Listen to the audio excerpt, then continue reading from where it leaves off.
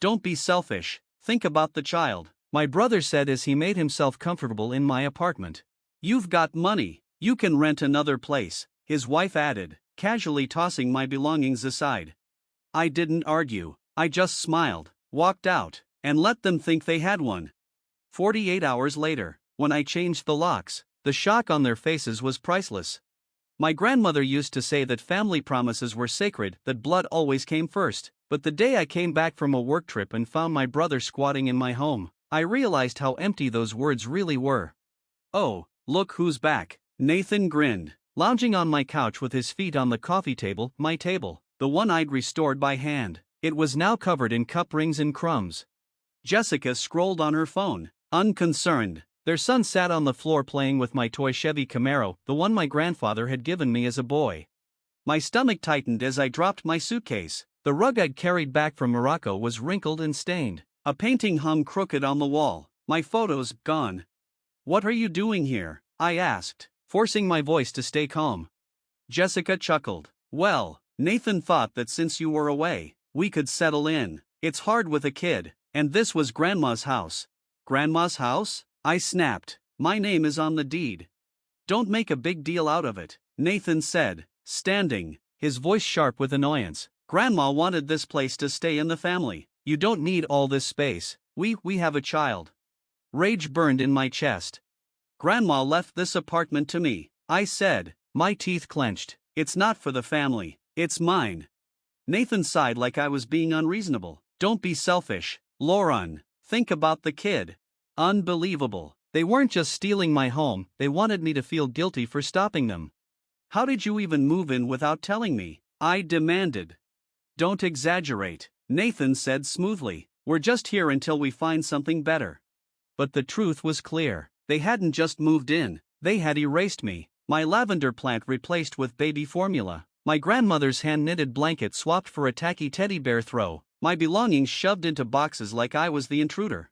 Jessica crossed her arms. "If you were generous, this wouldn't be an issue." I laughed bitterly. "If you were decent, it wouldn't either." They thought they could wear me down. They thought I'd give in, but not this time. When I returned again, the lock had been changed. They hadn't borrowed the apartment, they had claimed it.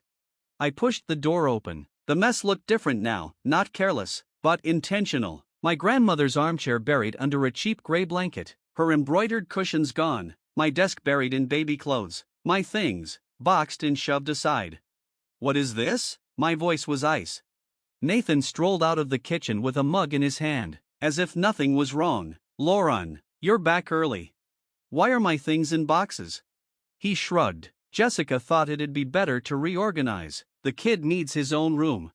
I almost laughed. "This isn't just a house, Nathan, it's mine." Jessica emerged with a bowl of cereal, rolling her eyes. "Do you really need all this drama? You've got money, just rent another place." I stared at her, speechless at the audacity. "Sweetheart," Nathan cut in, using that old coaxing tone, "you could share, it would help us out."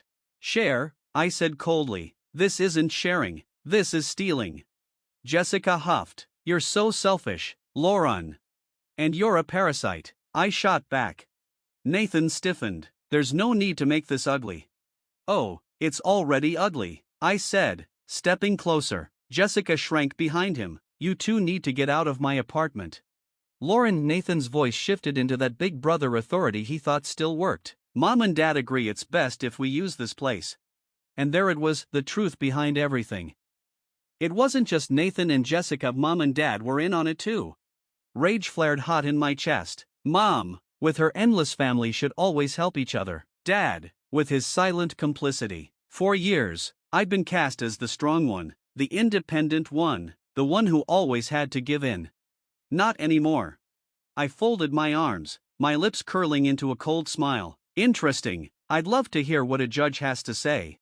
Jessica blinked, thrown off. Nathan's face drained of color. "What?" I lifted my phone so they could see. "I've got Grandma's will, photos of my belongings shoved into boxes, proof that you changed the locks and broke in. Do you really want to test me in court?" Nathan's jaw tightened. "You wouldn't." "I wouldn't be so sure," I said, thumbing through my contacts as though I were already dialing a lawyer. Jessica leaned in close. whispering something sharp into his ear. He looked irritated but stayed quiet. For the first time, I saw it, the panic, the loss of control. They had no script for this version of me. I didn't have a perfect plan, but I knew one thing: this wasn't going to end the way they expected. Nathan ran a hand through his hair, exasperated. His eyes darted between me and Jessica, looking for an exit. Jessica, of course, doubled down. Lauren, you don't have to act like this. We're just trying to organize things as a family. I laughed right in their faces. Organize? No. Organizing means asking before you barge into someone's home. What you've done is theft. Jessica huffed, arms folded. God, you're so dramatic. We just want a better life. At my expense, I shot back. She shrugged, utterly shameless. That's when Nathan's mask cracked. You know what? Mom and Dad are right. You think you're better than us just because you have money and live alone. The low blow. I felt anger rising, but I controlled it. Think I'm better? I smirked. No, Nathan, I am better.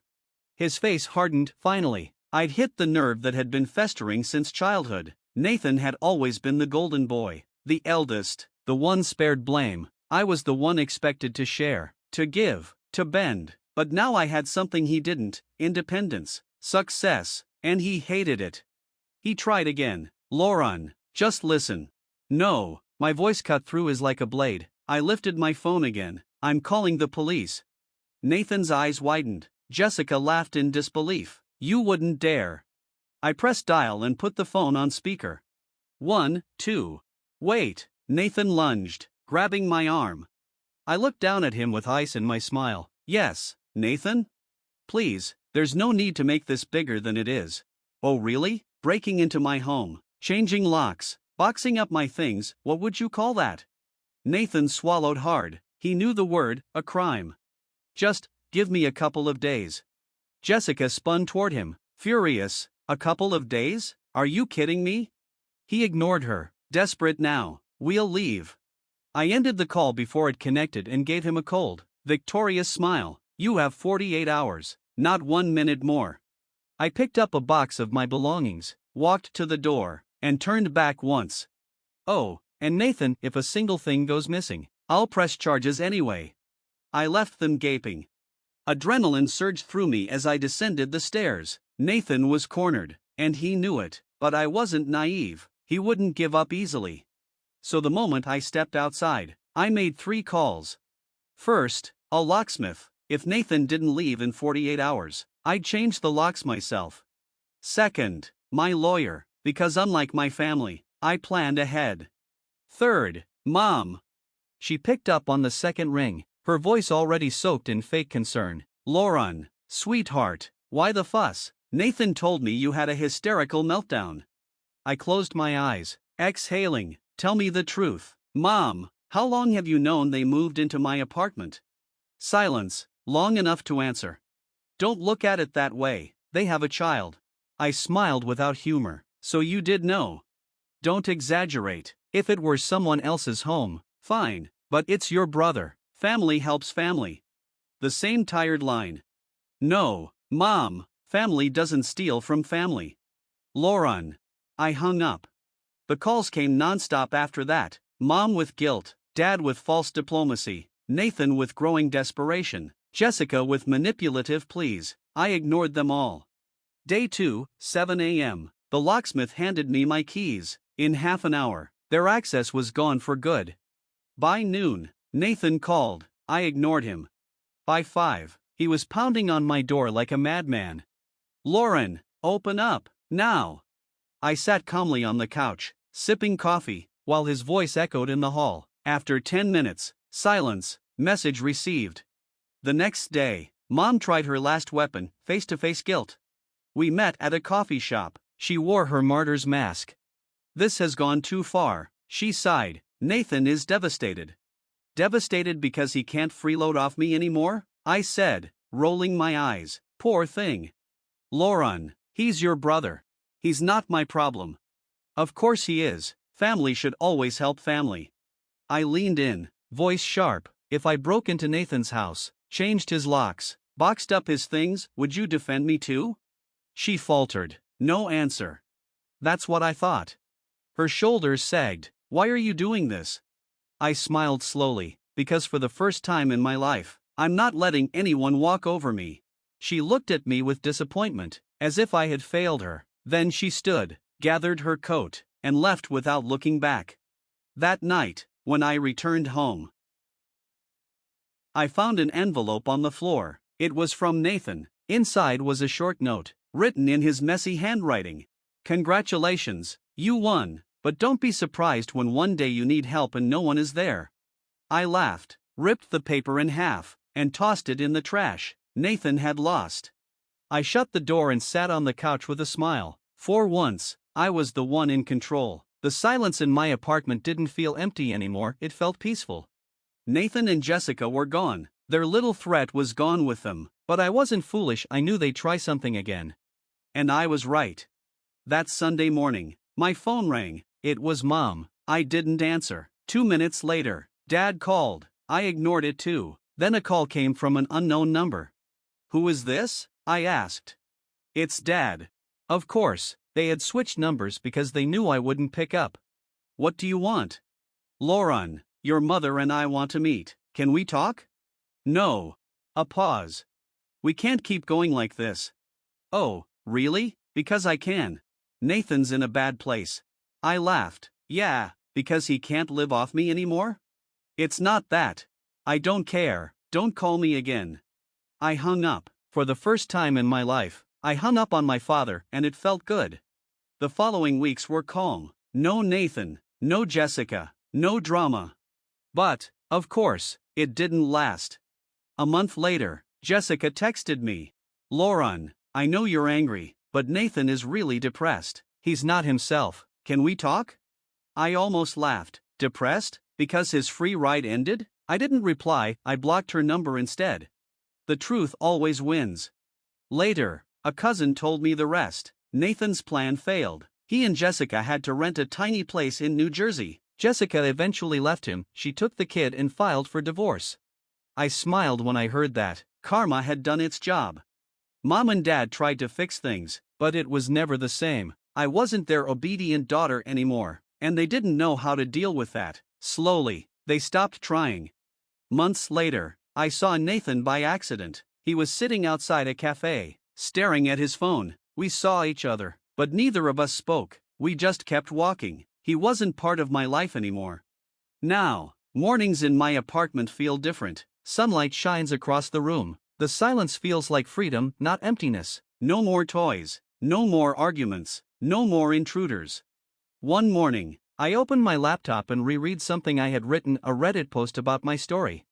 My brother and his wife took over my apartment because they said they needed it more. When I kicked them out, my family turned on me. Now Nathan is broke, his wife left him, and my parents want to act like nothing happened. They call me cold. They say I should be more understanding. But why am I always the one who has to understand? Should I forgive them, or cut them off forever? I read it again and again. Did I want reconciliation? Dad had sent me a message recently. "Lauren, can we talk? Your mother is worried."